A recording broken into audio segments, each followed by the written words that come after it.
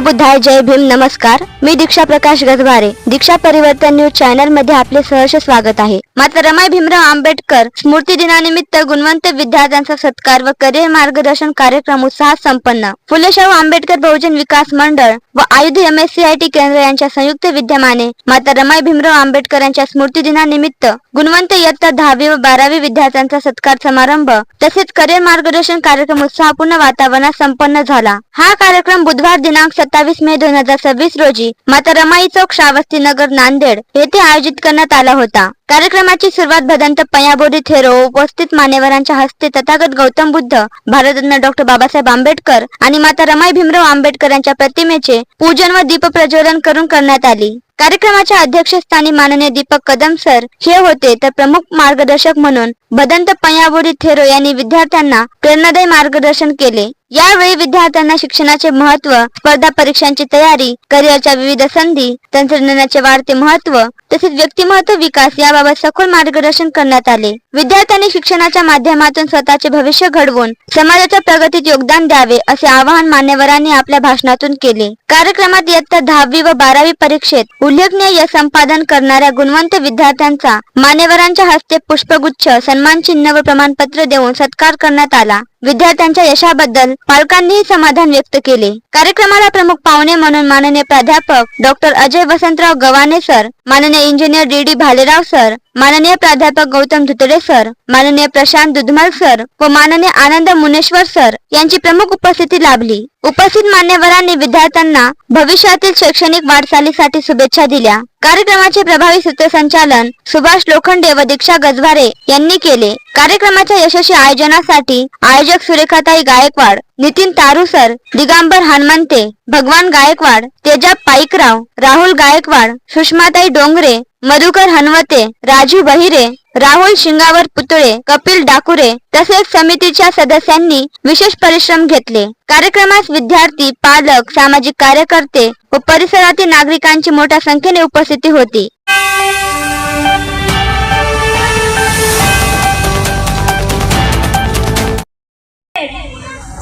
माननीय engineer DD Bhalerao sir, सेवानिवृत्त अभियंता पाटबंधारे विभाग नांदेड, माननीय प्राध्यापक गौतम धुतडे सर,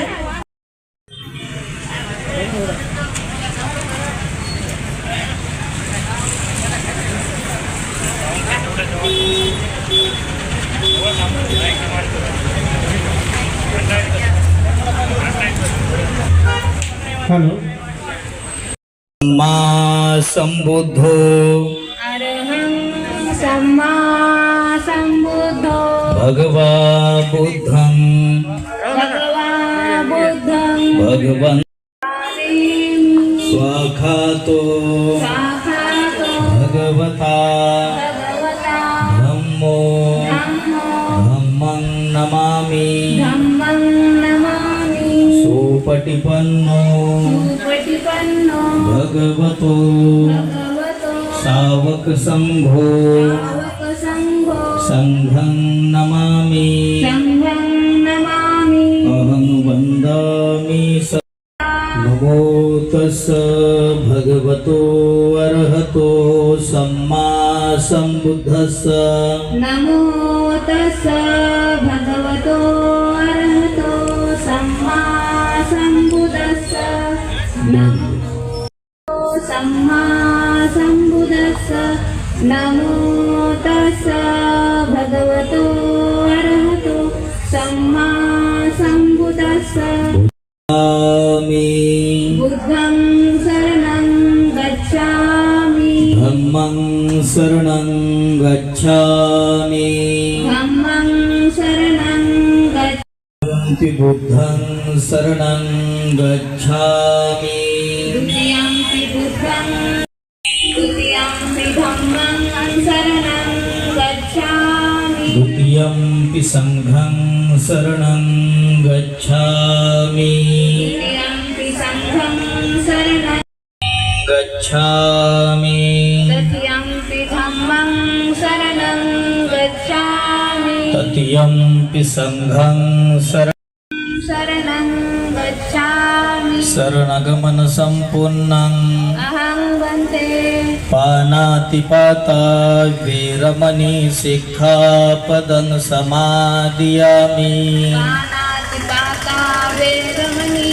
सिक्खापदं समादियामि दिन्नादाना वीरमणि सिक्खापदं समादियामि अदीनदाना वेरमणि सिक्खापदं समादियामि कामेषु मिच्छाचारा वीरमणि सिक्खापदं समादियामि कामेषु मिच्छाचारा वेरमणि सिक्खापदं समादियामि मुसावादा वीरमणि सिक्खापदं समादियामि सावा हॅलो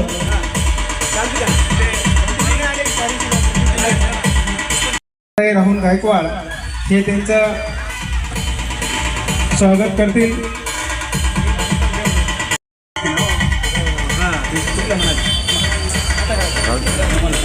याच नंतर या कार्यक्रमाचे अध्यक्ष आदरणीय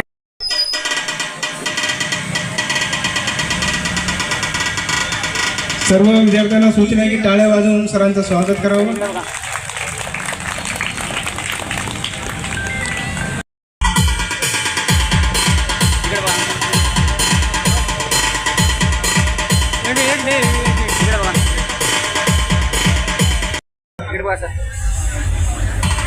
तर गौतम भुतुले सर यशवंत महाविद्यालय नांदेड यांचं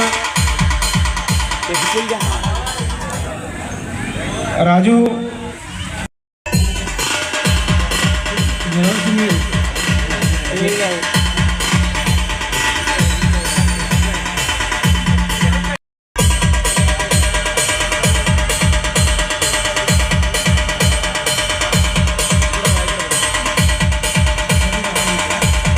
त्याच्यानंतर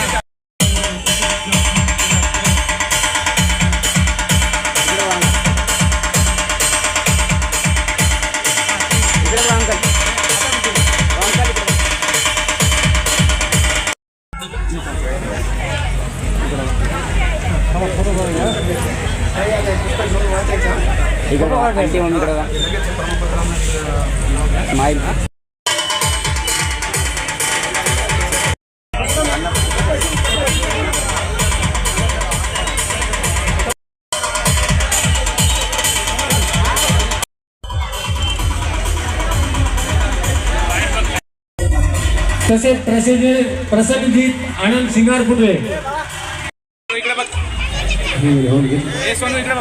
निमिष देवानंद हिंगोले आहे ते स्वीकारत आहेत. एकदा टाळ्या वाजवून त्यांचं स्वागत करायचं आहे आपल्याला. सारिका लांडगेसाठी जोरदार टाळ्या.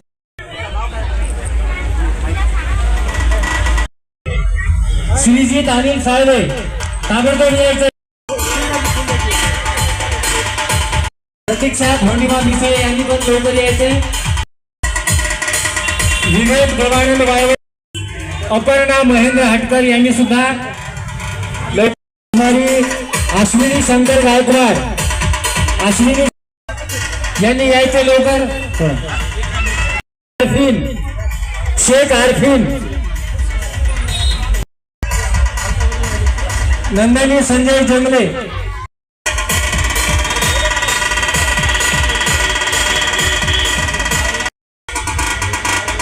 डीजे आशिष संजय जंगले आहेत का. तसेच कुमारी भाग्यश्री राजू कारले दिलीप नरवाडे तसेच श्वेता तसेच कुमारी संध्या गजमारे करण्यात येईल. बरेचसे विद्यार्थी गैरहजर आहेत. ज्या कोणी नाव नोंदणी केली असेल आणि त्याचा प्रमाणपत्र म्हणजे यांचा सत्कार राहुलजी गायकवाड विद्यार्थ्यांना कमी फीसमध्ये आणि योग्य मार्गदर्शन हे नितीन सर करत आहेत, त्याबद्दल नितीन सरांचा आम्ही सत्कार करत आहोत. आणि नितीन सर हे आपल्या अध्यक्ष राहुलदादा गायकवाड मोफत शिकवणी वर्ग घेतात आणि मोफत हॅलो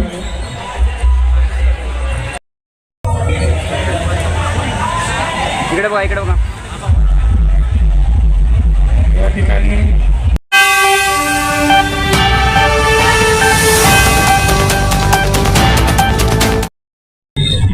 महाकारुणिक तथागत भगवान बुद्ध,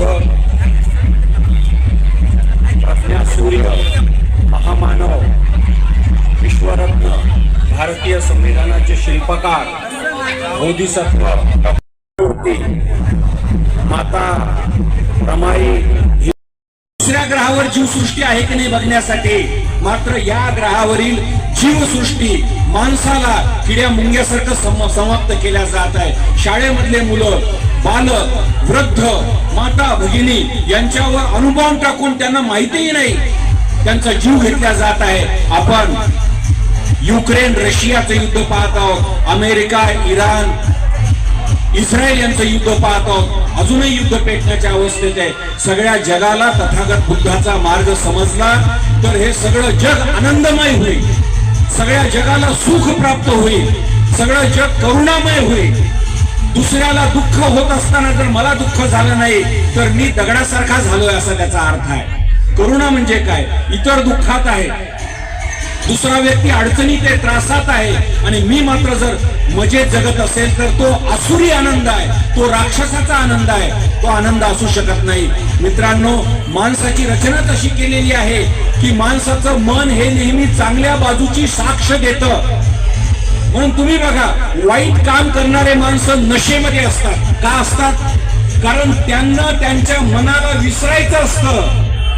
त्यांचं मन त्यांना खात असतं नेहमी की मी हे चुकीचं काम करत आहे, मी भ्रष्टाचार करत आहे, मी गैरप्रकार करत आहे. वेगवेगळ्या क्षेत्रामध्ये जो गैरप्रकार वाढत चाललेला आहे तो माणसाचं मन भरकटल्याचं लक्षण आहे. मित्रांनो, माणसाला पाहिजे काय? माणसाचं आयुष्य आहे किती? 70, 80, 90, 100 वर्ष. एवढं छोटस आयुष्य हे चांगलं जगता आलं पाहिजे. समृद्धी, प्रगती, करुणा त्याच्या मनामध्ये निर्माण झाली पाहिजे. प्रज्ञाशील हा त्याच्या जीवनाचा आधार असला पाहिजे. हाच जीवनाचा खऱ्या अर्थानं मंत्र आहे. एकदा माणसाचा मृत्यू झाला, एकदा त्याचा जीव गेला की त्याला गोवर्धन घाटावर पोहोचवावं लागेल. तो सोबत काहीही नेणार नाही. कितीही करोडो रुपये कमवून ठेवले असले तरी, कितीही शेती, कितीही फ्लॅट, कितीही सोनं असलं तरी हे जीवनाचं अंतिम सत्य तथागत बुद्धांनी सांगितलेलं आहे. आपण नेहमी म्हणतो हे माझं आहे, हे माझं आहे, हे माझं आहे. तथागत बुद्धांचं एक धम्मपद आहे, तुमचं जीवन तुमचं नाही, तुमचा मुलगा तुमचा नाहीये, कुणी सोबत येणार नाहीये तरी माणूस म्हणतो हे सगळं माझं आहे. शेती तुमची नाही, सोनं तुमचं नाही, पैसा तुमचा नाही. एका धम्मपदामध्ये त्याचं वर्णन केलेलं आहे. मग तुमचं काय आहे? खऱ्या अर्थानं आपलं जे बोलणं आहे ते आपलं कायम राहील, आपलं जे वागणं आहे ते कायम राहील आणि तेच माणसाचं जीवन आहे. त्यामुळेच माणूस अधिक आयुर्मान त्याला प्राप्त होऊ शकतं, तो जास्त जगू शकतो आणि तो आनंदी जीवन जगू शकतो. आणि जगामध्ये आता हे झालेलं आहे, आता तुमचे पैसे मोजल्या जात नाही. याचा अर्थ असा नाही की माणसाकडे पैसे असू नये, पैसे असलं पाहिजे, माणूस श्रीमंत असला पाहिजे, नैतिकतेच्या योग्य मार्गाने त्याने पैसे कमवले पाहिजे, आपलं जीवन समृद्धमान असलं पाहिजे. बाबासाहेबांना एकदा प्रश्न विचारला की आम्ही दुसरे नेते पाहतो आणि तुमच्याकडे पाहतो, तुम्ही कोट, टाय, सूट अशा पद्धतीने आणि दुसऱ्या नेत्यांकडे पाहिल्यानंतर बघा त्यांचा पोशाख कसा आहे, त्यांनी केवळ पंचा नेसलेला आहे, असं का? बाबासाहेबांनी जे उत्तर दिलं ते फार महत्वाचं आहे. बाबासाहेब म्हणाले, मला माझ्या समाजाला, या देशातल्या लोकांना या पोशाखापर्यंत आणायचं आहे. म्हणजे माणसानं नैतिक राहून योग्य मार्गाने निश्चितपणे समृद्धी प्राप्त केली पाहिजे, बचत करून समृद्धी प्राप्त केली पाहिजे. मात्र चुकीचा मार्ग, गैरमार्ग स्वीकारता कामा नये हे आपण लक्षात घेणं महत्वाचं आहे. बाबासाहेबांचा एक ग्रंथ मला वाचण्यामध्ये आला, त्यामध्ये बाबासाहेब म्हणतात की काळाच्या ओघामध्ये बऱ्याच गोष्टी या चुकीच्या तथागत बुद्धाच्या नावाने सुद्धा सांगितल्या जातात. कारण मी थायलंडला गेलो होतो, बँकॉकला, त्या ठिकाणी तथागत बुद्धाच्या नावानं पाणी शिंपडल्या जात होतं किंवा हातामध्ये गंडे धागेदोरे बांधल्या जात होते.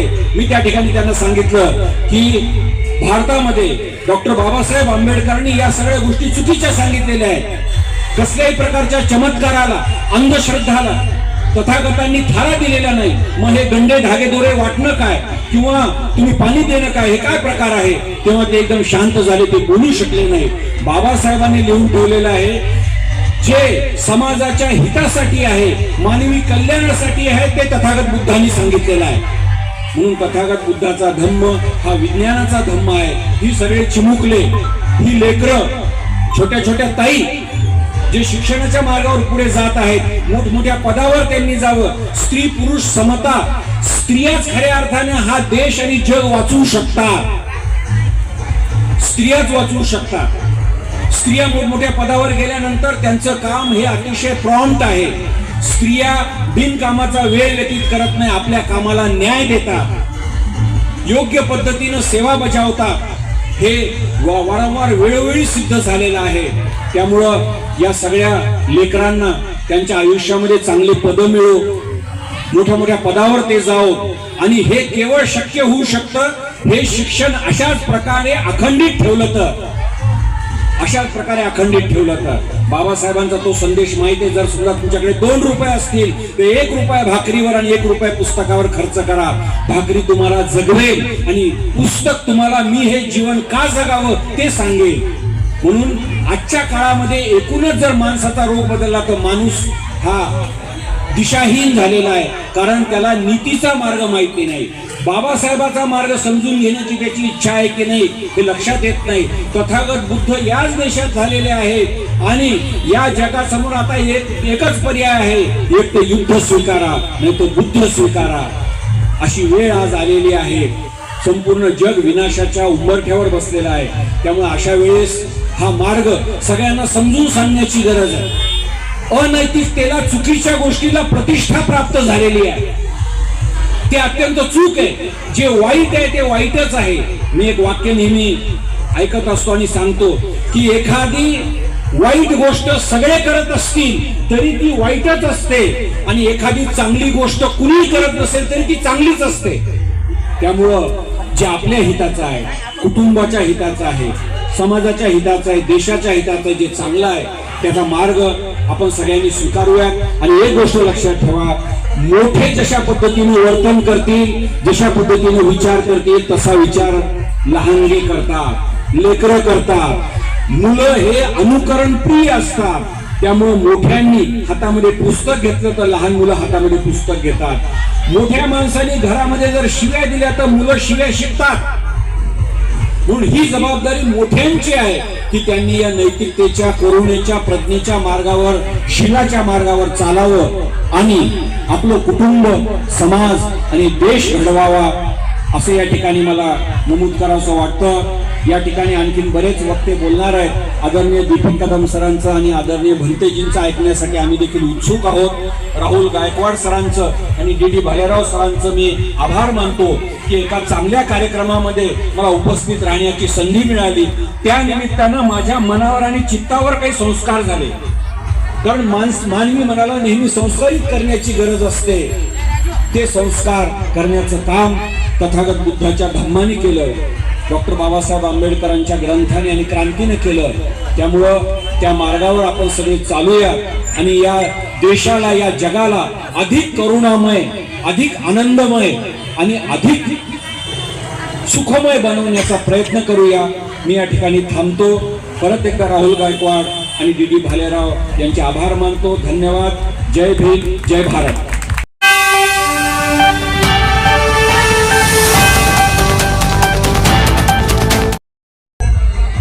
मला असं वाटतं की तुम्ही 6 वाजेपासूनच इथे येऊन बसलेला आहे. उन्हाळ्याचे दिवस आहेत. आम्ही आल्याच्या नंतर 2 वेळा पाणी घेतलं. पाणी सुद्धा घेतलं की नाही. दीपक कदम सरांनाही जायचं, भंते इथे येतच असते. मी अधिकचा वेळ घेणार नाही. मला फक्त शुभेच्छा देण्याची सूचना आलेली आहे. त्यानुसारच मी शुभेच्छा देऊया. विद्यार्थ्यांना शुभेच्छा, इकडे अभिवादन, महामानवांना सगळ्याच गोष्टी आल्या त्या. पण मला जरी तशी सूचना आलेली असेल तरी एक गोष्ट मात्र मी 3-4 मिनिटांमध्ये तुम्हाला सांगणार आहे महत्त्वाची. जास्त वेळ घेणार नाही. सर्व महामानवांना विनम्र अभिवादन. आज ज्यांचा स्मृतिदिन आहे अशा त्या त्यागमूर्ती माता रमाई यांच्या स्मृतींना या ठिकाणी विनम्र अभिवादन करतो. या विचारमंचावरील सर्व मान्यवर, या कार्यक्रमाचे संयोजक, सूत्रसंचालक आणि सर्व उपस्थित बौद्ध उपासक, उपासिका, विद्यार्थी, विद्यार्थिनी, सर्वप्रथम तर ज्या विद्यार्थ्यांनी 10वा वर्ग आणि 12वीच्या वर्गामध्ये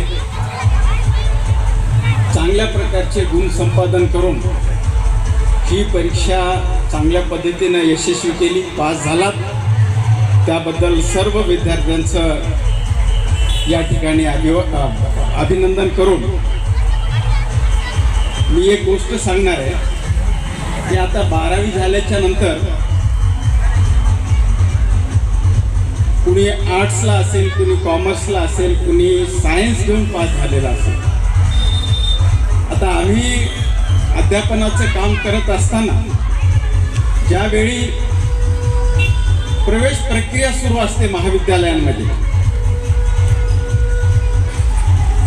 तर विशेषतः आपल्या विद्यार्थ्यांना हा प्रवेश कशा पद्धतीनं होतो हेच माहिती नसतं. कारण आम्ही प्रवेश प्रक्रियेमध्ये बसल्याच्या नंतर बऱ्याचदा नोंदणी न करता सरळ विद्यार्थी आमच्याकडे येतात आणि त्यामुळे त्यांना तो प्रवेश मिळू शकत नाही. जर चांगल्या महाविद्यालयामध्ये, यशवंत महाविद्यालय असेल, सायन्स कॉलेज असेल, पीपल्स कॉलेज असेल, अशा महाविद्यालयांमध्ये प्रवेश घ्यायचा असेल तर आधी नोंदणी करणं फार अत्यंत आवश्यक आहे. आणि म्हणून आपण नोंदणी केली पाहिजे, त्याच्या तारखा माहिती करून घेतल्या पाहिजे, प्रवेश प्रक्रियेच्या तारखा दिलेल्या असतात त्या घेतल्या पाहिजे. अनेक विद्यार्थ्यांना 90% वर मार्क्स असतात 10व्या वर्गामध्ये, परंतु ह्या प्रक्रिया माहीत नसल्यामुळे कधीतरी पालक घेऊन येतात आणि 95% मार्क आहेत, 96% मार्क आहेत, 98% मार्क आहेत. एवढे मार्क्स असल्याच्या नंतर तुम्ही जर नाव नोंदणी केली नसेल, ज्याला रजिस्ट्रेशन म्हणतो, आणि वेळेमध्ये जी काही महाविद्यालयाने ठरवून दिलेला त्याचा टाइम टेबल आहे, त्या वेळेमध्ये जर तुम्ही पोहोचला नसाल तर तुम्हाला 98% मार्क्स घेऊन सुद्धा चांगल्या महाविद्यालयामध्ये प्रवेश मिळत नाही. हे आपण सगळ्यांनी आधी लक्षात घेतलं पाहिजे. बरं, आता 10व्या वर्गाला उत्तीर्ण किती विद्यार्थी झालेत आहेत का इथं, का गेले घरी? किती जण आहेत? बरं, 10वीच्या नंतर तुम्हाला सायन्स फॅकल्टीला किती जणाला जायचे? सगळ्यांना जायचे.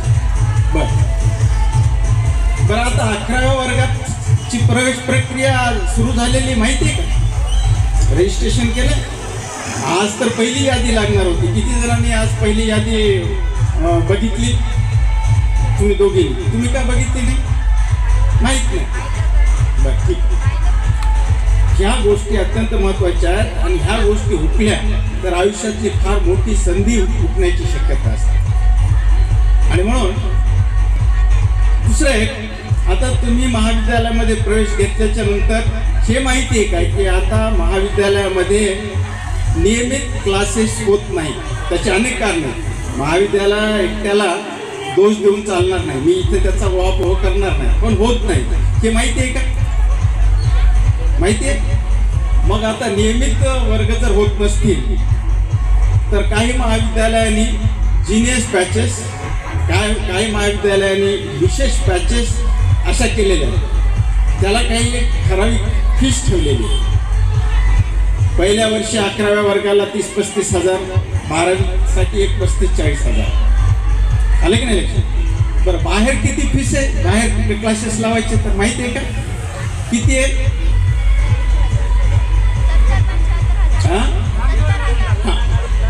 लाख, 2-2.5 लाख, 3 लाख, जशी म्हणजे भरपूर. कमीत कमी आपण असं धरू की 1 ते 1.5 लाख रुपये फीस आहे. 11वीची तेवढीच, 12वीची तेवढीच. बऱ्याच विद्यार्थ्यांचे वडील हे मोलमजुरी करतात, मिस्त्रीचं काम करतात, शारीरिक श्रम करतात, कुणी फळभाजी विकतात, असं श्रम करून आपली उपजीविका चालवतात. त्यांना एवढी फीस 3-3 लाख, 4-4 लाख रुपये देणं परवडतं का? नाही. मग अशासाठी तुम्हाला काही एखादी संधी कुठं आहे का मोफत किंवा कमी पैशामध्ये? माहिती आहे का तुम्हाला? हां, ही माहिती नसल्यामुळं फार गफलत होते. आलं की नाही? शासनाच्या वतीनं एक बार्टी ही संस्था कार्यरत आहे आणि ही संस्था जेई आणि नीट लक्षात घ्या. 10वी पास झालेल्या विद्यार्थ्यांनी अजून संधी आहे. तेवढंच मला सांगायचं की 10वी पास झालेल्या विद्यार्थ्यांना जर इंजिनिअरिंग किंवा मेडिकलकडे जायचं असेल तर त्यांना एक तर नीटची परीक्षा द्यावी लागेल किंवा इंजिनिअरिंगकडे जायचं असेल तर जेई. मग याची तयारी जशी इथं खाजगी कोचिंग क्लासेस आहे त्याहीपेक्षा चांगल्या प्रकारचे प्राध्यापक त्या ठिकाणी उपलब्ध आहेत आणि तुम्हाला मोफत तशा पद्धतीची 2 वर्ष बरं का ते प्रशिक्षण मिळणार. अनेक विद्यार्थी तिथून सुद्धा मेडिकलला आणि इंजिनिअरिंगला गेलेले आहेत, IITला सुद्धा गेलेले. आणि म्हणून त्या बार्टीच्या जे अर्ज स्वीकारण्याची तारीख आहे मागच्या 17 मे पासून सुरू झाली. आलं की नाही लक्षात? आणि 5 जूनपर्यंत आहे. जर तुमच्या पर्सेंटेजवर तिथे नंबर लागला त्याला कमीत कमी 80% मार्क्स पाहिजे तुम्हाला अर्ज करायचा असेल. 80%च्या वरचे कोणी विद्यार्थी त्या ठिकाणी अर्ज करू शकतात. तर तुम्ही बाकीचं करत असताना तिथे सुद्धा अर्ज करा. आलं की नाही सर? आणि महाराष्ट्रामध्ये 2-4 ठिकाणी त्यांनी आता प्रशिक्षण केंद्र उघडलेले आणि चांगल्या पद्धतीचे. विशेषतः तुम्ही मुंबईला प्राधान्य द्या. आलं की नाही लक्षात? आणि ते तर मोफत तर भेटणार 2 वर्ष, शिवाय 6,000 रुपये महिन्याला तुम्हाला मानधन, त्याला स्कॉलरशिप म्हणा काय म्हणायचं तर म्हणा. आणि सुरुवातीला एक 5,000 रुपये वह्या पुस्तकं वगैरे असं काही घेण्यासाठी. आलं की नाही लक्षात? म्हणून ती एक संधी आहे, ती घालवू नका. आणि ह्या माहिती जे विद्यार्थी सुशिक्षित आहेत, जे BA BCom MA MCom MSc करायला लागलेत, त्यांनी आपापल्या वार्डामध्ये हे सांगणं फार गरजेचं आहे. तर आम्हाला जेवढं शक्य आहे तेवढं आम्ही सांगत राहतो. पण संधी गेल्याच्या नंतर विद्यार्थी आमच्याकडे येतात. महाविद्यालयामध्ये सुद्धा, महाविद्यालयाचं सुद्धा रजिस्ट्रेशन करा, तिकडं बार्टीला सुद्धा अर्ज करा. मला एवढंच सांगायचं आहे की अशा प्रकारच्या संधी आहेत, त्याची सुद्धा तुम्ही त्या संधीचा फायदा घ्या, अर्ज करा. तिथे जर तुमचा नंबर लागला तर सगळं मोफत होतं, दर्जेदार शिक्षण मिळेल. एवढंच मला सांगायचं आहे. आणि ते चांगल्या पद्धतीनं तुम्ही अभ्यास करा. सगळ्याच विद्यार्थ्यांनी आता जसे मार्क्स घेतले यापेक्षा अधिक मार्क्स मिळतील यासाठी अभ्यास करा. आणि बाबासाहेबांनी एवढं विश्वामध्ये त्यांचं नाव आहे, विश्वरत्न म्हणतात. वेगवेगळ्या विद्यापीठामध्ये त्यांचे प्रतिमा लावलेले आहेत, पुतळे उभे केलेले आहेत. कशासाठी? की त्यांच्या शैक्षणिक कार्यातून, विविध सामाजिक कार्यातून, आलं की नाही लक्षात, धम्म कार्यातून नवीन पिढीला प्रेरणा मिळाली. या प्रसंगी मी अधिक न बोलता बाबासाहेबांच्या विचारातून प्रेरणा घेऊन तुम्ही तुमच्या जीवनामध्ये यशाचे शिखर गाठावीत अशा पद्धतीची परत एकदा शुभेच्छा देतो. थांबतो. जय भीम जय भारत. गायकवाड सर, तसंच भालेराव सर व आमचे MKCLचे सेंटर प्रतिनिधी तारू सर यांनी आपल्या परिसरातील 10वीला 12वीला उत्तीर्ण झालेल्या विद्यार्थ्यांना त्यांच्या पुढच्या करिअरला एक नवी प्रेरणा देण्यासाठी हा कार्यक्रम ठेवला आणि या कार्यक्रमामध्ये साधारणतः 50 विद्यार्थ्यांनी सहभाग नोंदवला. त्यापैकी बरेच विद्यार्थी या ठिकाणी उपस्थित होते आणि मला पण या ठिकाणी एक बहुमान मिळाला. MKCLचं मार्केटिंग हेड म्हणून मी नांदेड जिल्ह्याचं काम पाहत असतो आणि मागच्या 1 जानेवारीपासून आपल्या परिसरामध्ये श्रावस्तीनगरमध्येच नितीन तारुसर यांनी MKCLचं महाराष्ट्र नॉलेज कॉर्पोरेशन लिमिटेड यांचं म्हणजे आपण महाराष्ट्र ज्ञान महामंडळ म्हणतो, जे 2000 पासून आपण MSCITचं सर्टिफिकेट मोठ्या मोठ्या पदव्यांसाठी किंवा साधारणतः आपण अंगणवाडी सेविकेची जरी भरती करायची असेल तर MSCITचं सर्टिफिकेट कंपल्सरी लागतं. तसं ब आणि क लेवलच्या पोस्ट पर्यंत पण MSCITचं सर्टिफिकेट कंपल्सरी लागतं. आणि आपल्या समाजातून एक तरुण या व्यवसायामध्ये आला आणि आपल्या परिसरामध्ये MSCITचं सेंटर अयुथ मल्टी सिरियट्स नावाने त्यांनी MSCITचं सेंटर स्थापन केलेलं आहे. आणि मी पण आपल्या समाजाचं एक प्रतिनिधित्व आणि मागच्या जवळपास 2 ते 3 आठवड्यापासून सरांच्या पाठीमागे होते की सर आपण असा एखादा छोटासा कार्यक्रम ठेवायला पाहिजे. आणि त्या ठिकाणी सरांनी मला बोलवलं. मी या ठिकाणी जास्त बोलणार नाही कारण आणखी मान्यवर आहेत कोणते जे आहेत. मी फक्त तुम्हाला AI आर्टिफिशियल इंटेलिजन्स जसं संगणक ही काळाची गरज बनली होती तसं AI आर्टिफिशियल इंटेलिजन्स ही पण काळाची गरज आहे आणि त्याचा वापर कसा केला पाहिजे. मी माझं स्वतःचं उदाहरण सांगतो. आपण आज एखाद्या वेळेस डॉक्टरकडे गेलो आणि डॉक्टर आपल्याला गेल्याबरोबर आपल्याला पाहतात आणि आपण त्यांना सांगतो की मला काय आजार आहे. आपल्याला त्यांनी आजाराचं सोल्युशन देत असताना सगळ्यात पहिले आपल्याला खूप साऱ्या तपासण्या करायला सांगितल्या जातात आणि तपासण्याच्या रिपोर्टमधलं आपल्याला काही कळत नाही आणि कळत नसल्यामुळे डॉक्टर आपल्याला वेगवेगळे आजार सांगतात. आणि कदाचित आपल्याला आजकाल नांदेड सारख्या ठिकाणी खूप काही असे डॉक्टर आहेत की ते 20 ते 30% प्रॉम्प्टली त्यांचं रिझल्ट ड्युटी करत आहेत आणि 70% डॉक्टर जवळपास फसवेगिरी केल्यासारखी करतात. आपल्याकडनं पैसे उकळले जातात. जर तुम्हाला तुमच्या विद्यार्थ्यांना किंवा ज्यांच्याकडे मल्टीमीडिया मोबाईल आहे, ज्यांच्याकडे AI अँड्रॉइड मोबाईल आहे, त्या सर्वांना हे रिपोर्ट तुमच्या घरी त्या रिपोर्टवरती सोल्युशन मिळू शकतं. पण तुम्हाला AI वापरता आलं तर. मी तीच AIची जादू तुम्हाला 1-2 मिनिटांमध्ये दाखवणार आहे. मी आता सरळ तुमच्या समोर माझा मोबाईल ओपन करतो आणि तुमच्यापैकी काही जणांना कदाचित माहित असेल ज्यांनी शैक्षणिक क्षेत्रामध्ये असतील, एक सगळ्यात जास्त सध्याच्याला वापरलं जाणारं जे AI टूल आहे ते आहे जेमिनी आणि त्यानंतर ChatGPT, Co-Pilot. जवळपास आजच्या घडीला जगामध्ये 350+ AI आहे. शेती क्षेत्रावर, शैक्षणिक क्षेत्रावर, इंजिनिअरिंग फील्डमध्ये अशा वेगवेगळ्या फील्डमध्ये AI आलेले आहे. मी आता AI मध्ये जेमिनी ओपन केल्यानंतर तुमच्या समोर मी त्यांना सरळ व्हिडिओच्या मार्फत आपल्या कार्यक्रमाचं त्यांना वर्णन करायला सांगतो. Hello Gemini. हॅलो, मी तुमचा व्हिडिओ पाहू शकतो. कृपया तुम्ही कॅमेरा थोडा फिरवून दाखवाल जेणेकरून मला या कार्यक्रमाबद्दल अजून माहिती मिळू शकेल आणि मी तुम्हाला योग्य वर्णन देऊ शकेन. तू व्यवस्थित पहा आणि मला सांग हे कार्यक्रम कशाबद्दल आहे. दिलेल्या व्हिडिओमधील बॅनरनुसार हा कार्यक्रम 10वी आणि 12वीच्या गुणवंत विद्यार्थ्यांच्या सत्कार सोहळ्याबद्दल आणि करिअर मार्गदर्शनाबद्दल आहे. हा कार्यक्रम माता रमाई भीमराव आंबेडकर यांच्या स्मृतिदिनानिमित्त बुधवार 27 मे 2026 रोजी सायंकाळी 6 वाजता माता रमाई चौक श्रावस्तीनगर नांदेड येथे आयोजित करण्यात आला होता. या कार्यक्रमाबद्दल आता मी तुला एक वेगळं चित्र दाखवत आहे. फक्त त्या चित्रातील एका व्यक्तीला पहा आणि त्याचं वर्णन कर. त्या चित्रातील व्यक्ती हा तुला काय आहे असं वाटतं? ह्या चितामधील व्यक्ती बौद्ध भिक्षू आहेत आणि त्यांनी केशरी रंगाचा चिवर परिधान केला आहे. हे भदंत पंचाबोधी थेरो आहेत जे या कार्यक्रमाचे मार्गदर्शक आहेत. मला तुम्हाला या ठिकाणी याच्या मार्फत एवढं दाखवून द्यायचं आहे की आपल्या विद्यार्थ्याला तुम्ही पुस्तकी ज्ञानापेक्षा टेक्निकल ज्ञानाकडे वळणं गरजेचं आहे. आणि आपल्या परिसरातील वस्ती पाहून 1 जानेवारीच्या म्हणजे डिसेंबर महिन्यामध्ये या एरियामध्ये MKCL सेंटरचा एरिया ओपन केला होता आणि योगायोगाने आपल्या समाजाच्या व्यक्तीला या ठिकाणी सेंटर मिळालेलं आहे, ज्याने की आपल्या विद्यार्थ्यांसाठी थोडीफार फीस मध्ये पण सवलत देणार आहेत. आणि हे AIचं पूर्ण नॉलेज मलाच नाही तर आमच्या प्रत्येक केंद्राला आहे. आणि याचा वापर करून माझं स्वतःचं पण उदाहरण सांगू शकतो.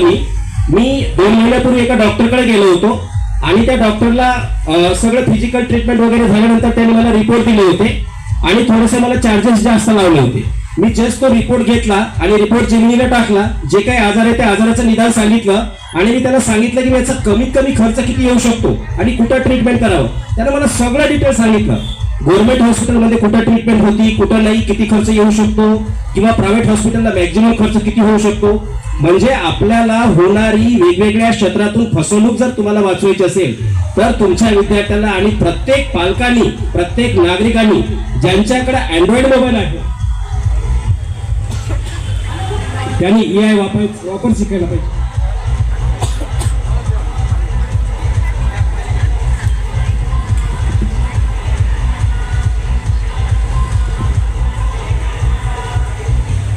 EIचा जर आपण वापर केला तर एवढं नक्की आहे की आपल्याला तुम्हाला कुठल्याही वस्तूची ज्याची ओळख नाही त्याची पण तुम्हाला प्रोसेसिंग EI करून देणार. एवढंच नसून मी स्वतः EIचा वापर करून, मी MKCL मध्ये जॉब करतो, मला 15 ते 17,000 पेमेंट आहे. मी सकाळी 6:30 ते 10:30 पर्यंत संयोगनगर येथील विहारावरती 5वी ते 10वीच्या विद्यार्थ्यांना, माझी पूर्ण टीम आहे 5 शिक्षकाची, त्यामध्ये 3 लेडीज आहेत, मी एक स्वतः आहे आणि एक राठोड सर आहेत. वेगवेगळ्या कम्युनिटीचे, इव्हन मुस्लिमचे पण एक त्या ठिकाणी लेडीज शिक्षिका आहे.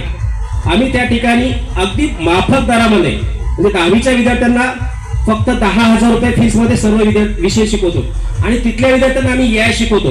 मी तारू सरांना पण सांगितलं आणि मी येता त्यांच्या बाजूला एक सेंटर, म्हणजे आपल्या बाजूलाच मी क्लासचं पण बॅनर पाहिलं, तर सरांना सांगितलं होतं की आपल्या समाजातील प्रत्येक सर्वसामान्य जरी व्यक्ती असेल तर त्यांनी व्यवसायात यायला पाहिजे. क्लास सारखा क्षेत्र असेल किंवा MSIT सेंटर असेल, आणि आपल्या समाजातील प्रत्येक नागरिकांनी एका व्यवसायावर, एका मजुरीवर अवलंबून न राहता त्यांनी आपल्या उदरनिर्वाहासाठी वेगवेगळे स्रोत करायला पाहिजे. कारण एखाद्या वेळेस जर एखादा स्रोत आपला फेल्युअर गेला, फॉल्टी गेला, तर आपल्याला दुसऱ्या स्रोतावरती जीवन जगता येईल. त्यामुळं मी या ठिकाणी एवढंच बोलेल आणि इथे उपस्थित असलेल्या सर्व पालकांना, नागरिकांना व विद्यार्थ्यांना आवर्जून सांगेल की आपल्याच भागामध्ये नव्याने सेंटर उघडलेलं MSIT सेंटर आयुध मल्टीसिरियट, त्या ठिकाणी आपल्या विद्यार्थ्यांना MSIT साठी व 250+ वेगवेगळे करिअर घडवणारे क्लिक कोर्सेस आहेत, त्या कोर्सेससाठी प्रवेश घडवून आणावा.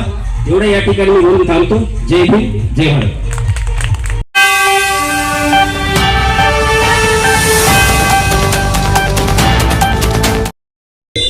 आज माता रमाई यांचा स्मृतिदिन आहे. त्यानिमित्त मी सर्वप्रथम माता रमाई यांना विनम्र अभिवादन करतो. विचारमंचावर उपस्थित असलेले आदरणीय पंते मोदीजी, विचारमंचावरील प्राध्यापक ठेवाने सर, या ठिकाणी उपस्थित असलेले दिलीप भालेराव साहेब, प्राध्यापक मुतळे सर, ग्रामीण बँकेचे माननीय गणेश्वरजी, या ठिकाणी आत्ताच तुम्हाला एक डेमो दाखवून MSCIT आणि त्या संदर्भामध्ये EIच्या संदर्भामध्ये भुजबल सर, सोबतच विचारमंचावर उपस्थित असलेल्या भालेरावताई, सर्व मान्यवर, या ठिकाणी उपस्थित असलेले राहुल गायकवाडजी, त्यांची पूर्ण टीम, आणि हा कार्यक्रम ज्या संस्थेनं आयोजित केला त्या संस्थेचे सगळे पदाधिकारी, सर्व मान्यवर, बंधू भगिनींनो, खरं तर सर्वप्रथम मी या ठिकाणी उपस्थित असलेल्या सर्व गुणवंत जे काय मुलं आहेत, गुणवंत मुलं मुली, या सर्व लेकरांचं सर्वप्रथम मी अभिनंदन करतो. सर्वांना त्यांच्या उत्तर भविष्य, शैक्षणिक भविष्यासाठी आणि शैक्षणिक वाटचालीसाठी मी त्यांना अनेक मंगल हार्दिक शुभेच्छा या प्रसंगी देतो. खरं तर असे कार्यक्रम जे असेल तर ते प्रत्येक परिसरामध्ये आयोजित करायला पाहिजे. कारण अशाच एका कार्यक्रमामधून डॉक्टर बाबासाहेब आंबेडकर यांना 10वीची परीक्षा झाल्यानंतर त्यांचा सत्कार करण्यात आला होता आणि त्या सत्काराच्या प्रसंगी त्यांना गौतम बुद्धाचं जे काही चरित्र असेल तर ते केळुस्कर कदम गुरुजीनं दिलं होतं आणि ते जे काही पुस्तक असेल तर ते पुस्तक भविष्यातील क्रांतीची जे काय असेल तर ते बीजारोपण झालं. तोच धागा पकडून आज आमचे नांदेडमध्ये अगदी समर्पित असलेले जे काय म्हणजे धर्मकार्यासाठी, सामाजिक कार्यासाठी आमच्या आदरणीय भालेराव साहेब त्यांनी तोच धागा पकडून प्रत्येक गुणवंत विद्यार्थ्यासाठी या ठिकाणी ग्रंथ जे असेल तर ते दान दिले. त्याच्यामुळं मला वाटतं की याच्यासाठी आहे की तुमच्या भविष्यातील शैक्षणिक जे काय म्हणजे नांदी आहे, तुमच्या भविष्यातील उज्ज्वल भविष्यासाठी जी काय वाटचाल असेल तर त्याचं बीजारोपण जे असेल तर ते व्हावं.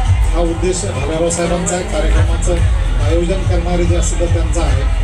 खरं तर शिकून काय होणार आहे, शिकून कोणाला नोकऱ्या लागणार आहेत, शिकून कोणाचं काय होईल, अशा पद्धतीचं एक निगेटिव्ह भावना समाजामध्ये सध्या पाहायला मिळते. बाबासाहेब 7 वर्षाचे होते, 8-9 वर्षाचे होते, तर बाबासाहेबाला सुद्धा असंच वाटायचं की शिकून काय होणार. बाबासाहेब हे प्रचंड खोडकर होते, कारण की आता 8-9 वर्षाचे होते त्यावेळेस बाबासाहेब हे शाळेत जाण्यापेक्षा आपल्या परिसरामध्ये लाकडं फोडून देण्यासाठी खांद्यावर कुऱ्हाड घेऊन फिरायचे. लंगोटी घालून, अंगावर कुठलाही कपडा नाही, लंगोटी घालून म्हणजे खांद्यावर कुऱ्हाड घेऊन बाबासाहेब फिरायचे आणि म्हणजे विचारायचे की बाबा कोणाचं लाकडं फोडून द्यायचे असेल तर सांगा, मी ते फोडून देतो. आणि आजूबाजूला ज्या काही महिला मंडळी आहेत तर त्या अक्षरशः बाबासाहेब आंबेडकरांना जे असेल तर ते त्या काळामध्ये म्हणजे जे काही म्हणजे त्यांना उचित वाटतील अशा जे काही म्हणजे शिवाय शाप जे असेल तर ते द्यायचे. इतके प्रचंड खोडकर होते बाबासाहेब आंबेडकर. आणि बाबासाहेब आंबेडकर विचारायचे प्रत्येकांना की शिकून काय करायचं आहे, शिकून काय होणार आहे. आता याचे उत्तर हे सर्वसामान्यांकडे नव्हते, पण त्यांच्या वडिलांकडे याचं उत्तर होतं. आणि वडिलांना त्यांनी असं विचारलं बाबा शिकून काय करायचं आहे, तर वडिलांनी त्यांना सांगितलं बाबा आपण गरीब जरी असलो तरी आपल्याला शिकून विद्वान व्हायचं. म्हणजे विचार करा की बाबासाहेबाला टार्गेट देण्यात आलं की आपण गरीब असलो तरी शिकून आपल्याला विद्वान व्हायचं आहे. आणि बाबासाहेब आंबेडकरांनी हे सिद्ध करून दाखवलं.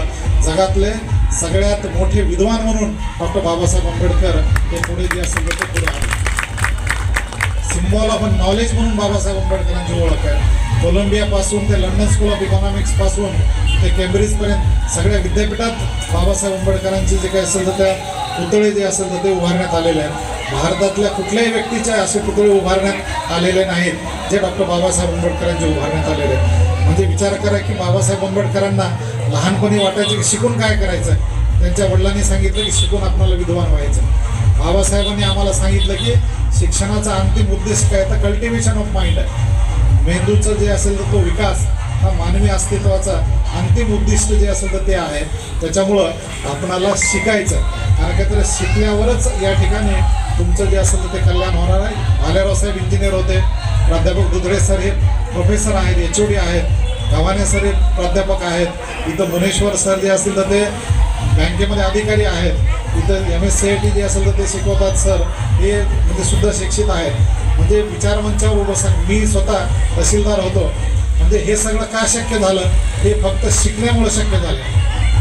विचारमंचावर जे लोक आहेत फक्त ते शिकल्यामुळं पुढे आलेले आहेत. त्याच्यामुळं आपलं कल्याण जे असेल तर ते फक्त शिकल्यामुळं होणार आहे. आणि बुद्धानं ते सांगितलेलं की माणसाला सगळ्यात मोठा रोग कोणता आहे. बुद्धानं त्या काळामध्ये सांगितलं की माणसाला सगळ्यात मोठा रोग हा शरीराचा नाही तर अविद्या जे आहे, तर अविद्या हा आपल्याला सगळ्यात मोठा जो काही रोग असेल तर तो रोग आहे.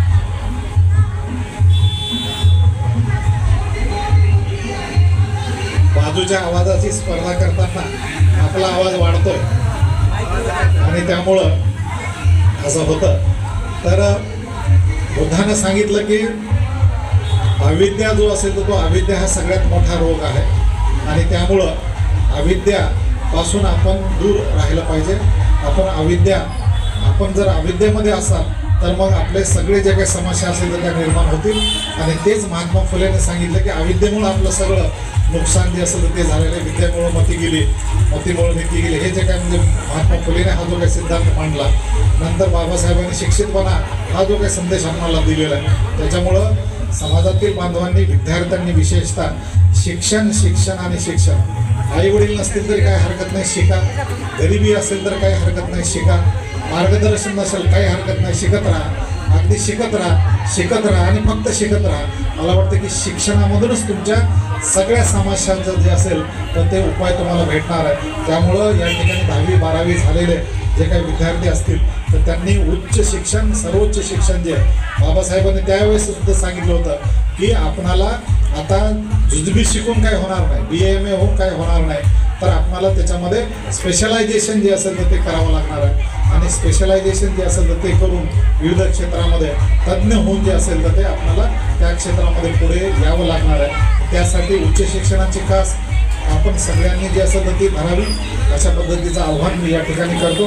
सोबतच म्हणजे आताच सरांनी सांगितलं या ठिकाणी की बाबा MSCIT आणि AI टेक्नॉलॉजी आणि बाकीचे जे काही कोर्सेस असतील तर हे सगळे कोर्सेस सरांकडे उपलब्ध आहेत. आंबेडकरवादी मिशनमध्ये सुद्धा म्हणजे सर MSCITचा कोर्स जेवढ्या म्हणजे नॉमिनल शुल्कमध्ये घेत आहेत, MSCITच्या शुल्कमध्ये आंबेडकरवादी मिशनमध्ये कलेक्टर तयार करण्यात येतात. म्हणजे कलेक्टर जे असेल, IAS IPSचं जे काही म्हणजे मार्गदर्शन असेल, दिल्लीचा नेक्स्ट IASचा क्लास ज्याची ऑनलाईन फीस 2 लाख रुपये, उदुडे सर 2 लाख रुपये नेक्स्ट IASची ऑनलाईनची फीस आहे. तर त्या 2 लाखचा क्लास हा नांदेडमध्ये आंबेडकरवादी मिशनमध्ये आम्ही उपलब्ध करून दिला गव्हाणे सर. आणि 2 कोटी रुपयाची निशुल्क बॅच चालवतो आहे. तर 2 कोटी रुपयाची निशुल्क बॅच जी आहे तर ती आपण त्या ठिकाणी म्हणजे चालवतो आहे. त्याच्यामुळं मोठ्या प्रमाणामध्ये त्याचा फायदा जो असेल तो आपल्या परिसरातील विद्यार्थ्यांनी घ्यावा, हाच एक संदेश देण्यासाठी. आणि तुम्ही जर समजा गुणवंत असाल तर नांदेडपासून ते दिल्लीपर्यंत सगळी व्यवस्था जी असेल तर ते आंबेडकरवादी मिशन करण्यासाठी तयार आहे, सगळी व्यवस्था. आणि अशीच व्यवस्था करून नांदेडमधून यावर्षी अतुल राजूरकर हा विद्यार्थी IPS झालेला. गेल्या वर्षी याच ठिकाणी आपल्या अविनाश कुमार तुमच्या मार्गदर्शनासाठी सत्कारासाठी आले होते. तर तशाच प्रकारचा जे काही म्हणजे विद्यार्थी असेल अतुल, तर त्याच्यासाठी पूर्ण व्यवस्था या आंबेडकरवादी मिशननं केलेली आहे.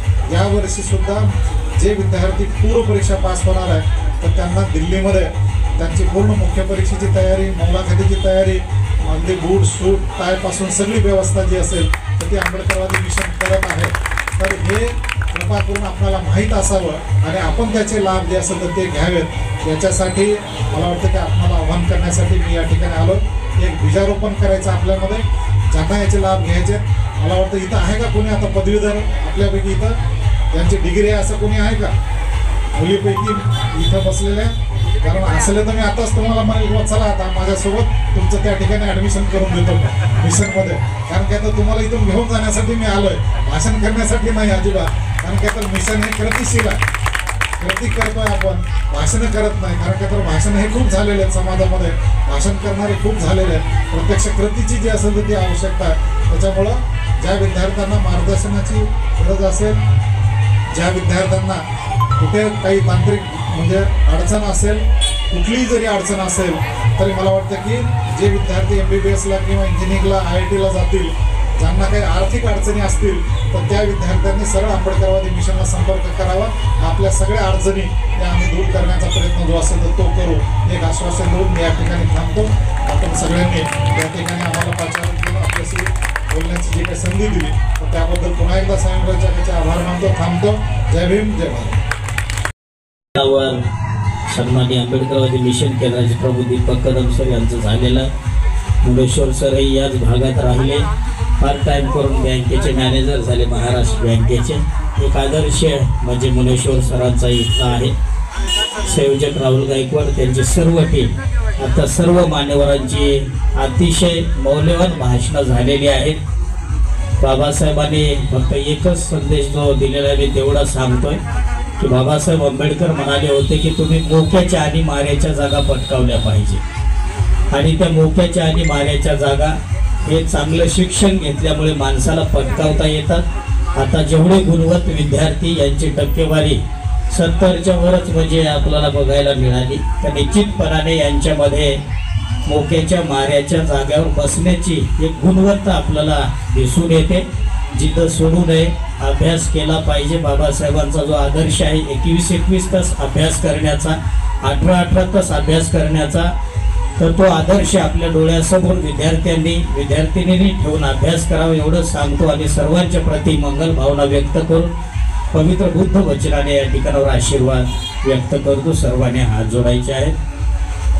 सभीतियो विभजन्तु सर्वरोगो विनश्यतु माते भवन्तु अन्तरायो सुखे दीर्घायिको भव भवतु सर्वमङ्गलं रक्षन्तु सर्वदेवता सर्वबुद्धानुभावेन सदा स्वस्ति भवन्तु ते भवतु सर्वमङ्गलं रक्षन्तु सर्वदेवता सर्वधर्मानुभावेन सदा स्वस्ति भवन्तु ते भवतु सर्वमङ्गलं रक्षन्तु सर्वदेवता सर्वसङ्घानुभावेन सदा स्वस्ति भवन्तु ते.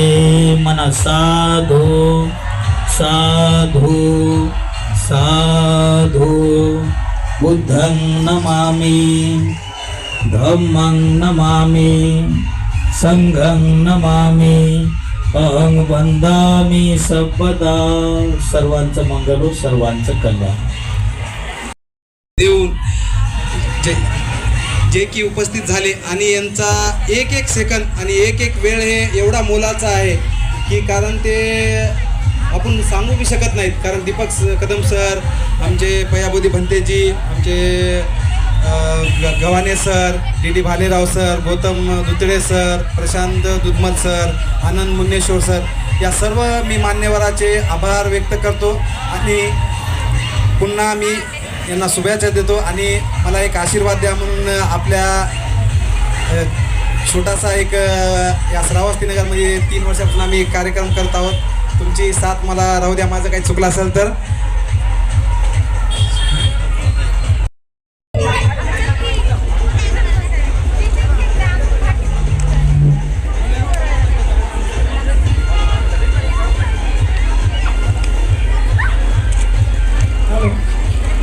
विद्यार्थ्यांना सूचना आहे की आपण सर्वजण फोटो काढण्यासाठी समोर यावं. विद्यार्थी